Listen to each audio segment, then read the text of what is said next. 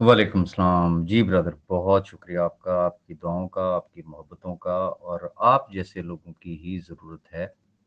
Otherwise जिसे कहते हैं ना लोग माचिसें और पेट्रोल की बोतलें जो है वो हाथ में घूमते हैं और उनका काम जो है वो सिवाय लगाई बुझाई का इसके अलावा नहीं है।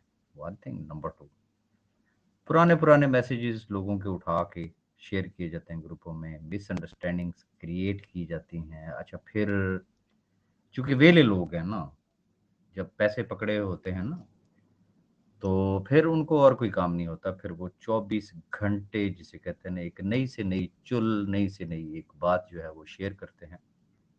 और ये बात आपकी दुरुस्त है कि अगर मजलिस शूरा में माशाल्लाह से 35-36 लोग हैं, तो अगर वो सारे के सारे एक्टिव हो जाएँ तमाम ग्रुप्स में और जो पहली बात तो ये है कि हर बात का जवाब नहीं दिया जाता, क्योंकि बीच-बीच में बहुत सारी चवलेमारी होती है ना इन लोगों ने। कुछ बातें ऐसी होती हैं जो आंसरेबल होती हैं, वो कोई भी अगर एक शख्स बिज़ी है तो दूसरा जवाब दे दे, दूसरा बिज़ी है तो तीसरा जवाब दे दे, तीसरा बिज़ी है तो चौथा जवाब दे दे। ये बात आपकी दुरुस्त है। उनको जवाब नहीं मिल रहा और वो दिन-रात जो प्रोपेगेंडा जो शुरू दिन से देखिए जहाँ से केस स्टार्ट हुआ था, क्या हुआ था? यही सोशल मीडिया ट्रायल ही था ना।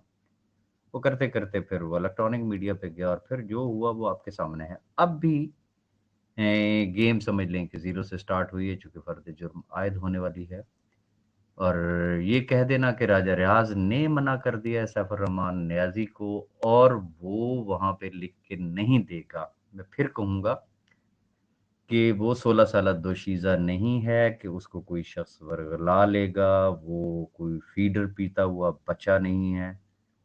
मैंने एक बिल्कुल न्यूट्रल होके एक बात की और आपको पता है कि पाकिस्तान में जब कोई शख़्स न्यूट्रल हो जाए तो फिर उसको हमेशा गालियाँ ही पड़ती हैं।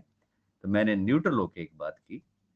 कॉमन सेंस की बात है ना, जिसको अल्लाह ने अगर थोड़ी-सी भी अक्ल से नवाज़ा है ना, अक्ल अगर दी हुई है, तो मेरा ख़्याल ये है कि उसको इतना ज़रूर पता है कि जब अदालती मामलात होते हैं और फ़र्द जुर्म आयद होती है, कोई भी शख़्स अपने आप को प्लेट में रख के पेश नहीं करता। वो कभी भी अपने हाथ नहीं कटवाता। वो कभी लिख के नहीं देता कि जी हज़ूर किबला बिल्कुल जनाब आप ठीक फरमा रहे हैं, मैंने ये जुर्म किया है। भाई कोई अक्ल नाम की कोई चीज़ है आप लोगों में? कि जी राजा रियाज़ ने उसको मना कर दिया और वो मना हो जाएगा। क्या राजा रियाज़ के अगर राजा रियाज़ उसको ये कह दे, चले जी लिख के दे दे, मैं अभी मैसेज कर देता हूँ। क्या वो फिर भी लिख के देगा? ये कानूनी जंग है, मुझे ये बताएँ थाने कचहरियों के टाउट जो हैं देखिए, एक हवलदार से बात करना, एक थानेदार से बात करना, इधर से पैसे मार के, उधर से पैसे मार के टाउटशिप करना एक डिफरेंट चीज़ होती है। लेकिन हाई प्रोफाइल केसेज़ जो है वो उनकी handling that is a totally different thing. अब बेचारे जिनको कानून की अलिफ बे का भी पता नहीं है। मैं एक बड़ा एक सिंपल सी बात करता हूँ ना, बिल्कुल मैं फिर वही न्यूट्रल होके बात करूँगा ना, ग्राउंड रियलिटी को हकायक सामने रखूँगा ना। देखें, नैब में सैफ भाई का केस चल रहा है। मेरे इंतहाई काबिल एहतराम दोस्त हैं, क्या नाम है उनका? खाकवानी साहब हैं, पूरा नाम उनका मेरे ज़हन से इस टाइम निकल चुका है। Personally he is advocate. Question is this कि क्या उन्होंने इस्लामाबाद हाई कोर्ट में जाके रिट नहीं की थी? अगर नहीं की, मैं उनका नाम लेके कह रहा हूँ, यस मुझे नाम याद है कि अशफाक खाकवानी साहब। क्या उन्होंने रिट नहीं की थी हाई कोर्ट में? ये उनसे आप तस्दीक कर सकते हैं ना। मैं कोई हवाई फायरिंग तो नहीं करता हूँ, टुल्ले तो मैं मारता ही नहीं हूँ, मैं तो एक फैक्ट्स पर मबनी बात करता हूँ। तो अशफाक खाकवानी साहब जब हाई कोर्ट में गए थे, उन्होंने जाके रिट की थी, तो उनसे पूछिएगा कि इस्लामाबाद हाई कोर्ट का डिसीजन क्या था? सिंपली वो एप्लीकेशन डिसमिस हुई।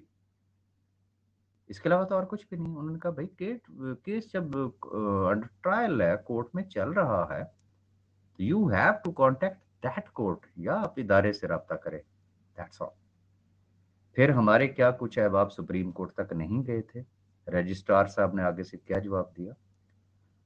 अब आ जाते हैं वकला हायर करना, फलाना-टीरा, ये कोई आज की प्रैक्टिस नहीं है।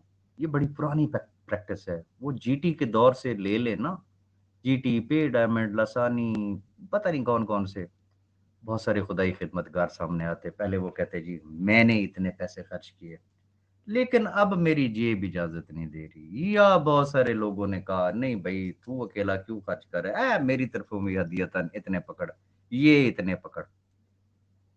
गुजारिश ये है कि सिर्फ उस वीडियो को जरा जहन में रख लें कि जब एक ओपन ऑफर की गई थी, एक अपील की गई थी कि सैफुर रहमान के जितने भी दुश्मन हैं वो हमारी मदद करें, हमें वकील करवा के जो दे सकता है वो वकील करवा दे, जो पैसे दे सकता है वो पैसे दे दे। तो बात तो उसी दिन समझ में आ गई थी कि किराए के लिए बहुत सारे लोग अवेलेबल है, अपने कंधे पेश करने के लिए तैयार हैं कि कोई भी दुश्मन हो। वो भूल गए कि ये सारा कुछ करके 6 लाख खानदानों का वो क्या भला कर रहे हैं। वो अपने मुंह से मानते हैं, वो कहते जी हमें नहीं है पता कि ये केस कितने साल तक चलेगा, अपने मुंह से कहते पता नहीं 10 साल चलता है, 4 साल चलता है, 2 साल चलता है। फिर वो किसकी भलाई कर रहे हैं। मेरी बातें बहुत बुरी लगती है, मैंने हमेशा न्यूट्रल होकर बात की है, मेरा आज भी सेम वही का वही स्टैंड है कि इस ताले की चाबी जो है वो वन एंड ओनली सिर्फ सैफुर रहमान साहब के पास है। अगर कुछ अहबाब की ये दिली ख्वाहिश है कि उनको वापस जेल भिजवाना है, तो कोई भी शख्स उनके रास्ते को रुकावट नहीं बनेगा। यस, अगर वो कर सकते हैं तो जरूर उनको भिजवा दें जेल। फिर अपडेट भी देते रहेंगे वो लोगों को कि ओके जी आज पेशी थी तो आज ये हुआ। अभी तो जब ट्रायल स्टार्ट होगा तो समझ आ जाएगी, आहिस्ता आहिस्ता लोगों को खुद ब खुद समझ आ जाएगी ना कि राजा राज क्या चीखता था। वो जिसे कहते हैं ना राह पे आ जाने ते वाह पे आ जाने।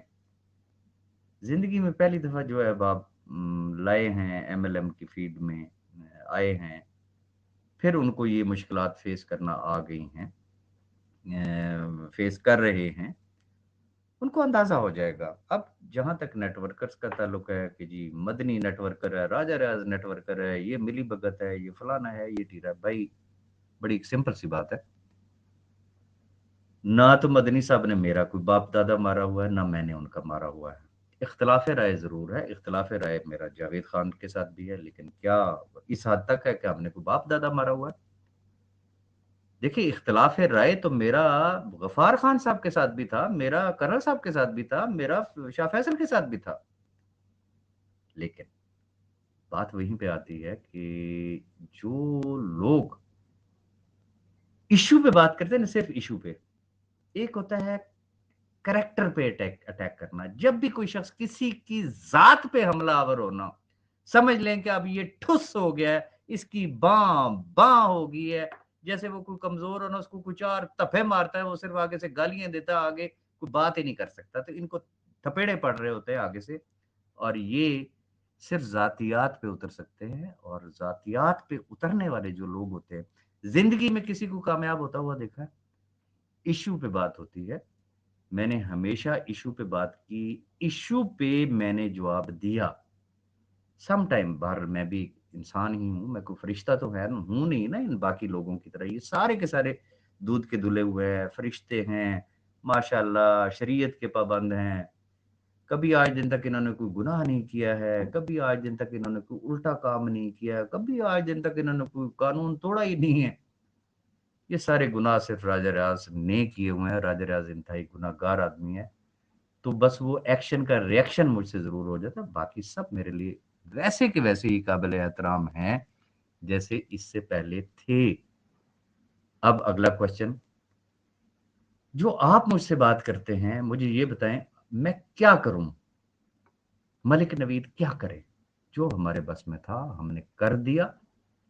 अब चूंकि सैफ भाई की तरफ से कैटेगोरिकली एक स्टेटमेंट पब्लिक हुई है, आपके सामने डिक्लेरेशन दी उन्होंने, किस बैकग्राउंड में दी, क्यों दी, वो भी सारा कुछ आपको पता है। तो डेली ये पानी में मदारी मारने का कोई फायदा नहीं है, और हर शख्स के हर सवाल का जवाब देना, ये कहाँ की अक्लमंदी है? मुझे सिर्फ ये बताए। जस्ट इग्नोर देम, उनका काम यही है, वो ये करेंगे।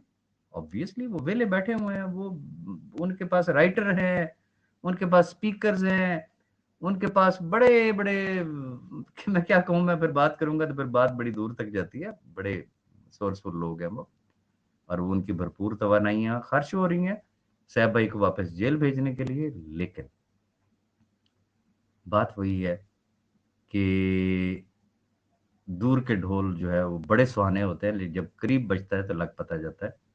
फर्द जुर्म आए दो लेने दें, फिर इंशाल्लाह राजा रियाज याद बहुत आएगा।